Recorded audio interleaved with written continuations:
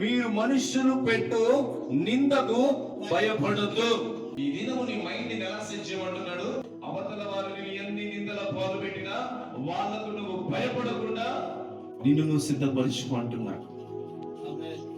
ఆమేన్, హల్లెలూయా. అవతల వారు ఏదో అన్నారని చెప్పేసి, అవతల వారు ఏదో అంటున్నారని చెప్పి నువ్వు కృంగిపోమంటున్నాడు. ఎందుకంటే ఆయన ఆకాశం నుంచి ఆజ్ఞలు ఇస్తున్నాడు. ఆయన ఆజ్ఞ కొద్ది ఆలస్యం జరుగుతుంది కానీ స్థిరమైనటువంటి పనులు చేసి పడుతుందండి.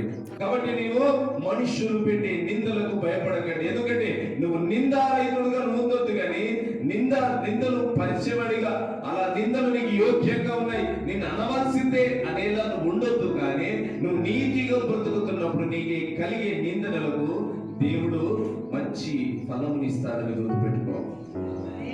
ఇంకేమంటున్నాడు? వాళ్ళ దూషణ మాటలకు దిగులు పడొద్దు, కృంగిపోవద్దు. శ్రమ కలిగింది, శ్రమ దినమున నువ్వు కృంగిన వాడవైతే ఏమైపోతావు? చెరగాని వాడవైపోతావు. నీ బాధ వచ్చింది, నీ బాధ కలిగినటువంటి సమయంలో, నీ వేదన కలిగిన సమయంలో బలహీనుల మాటలు వినొద్దు.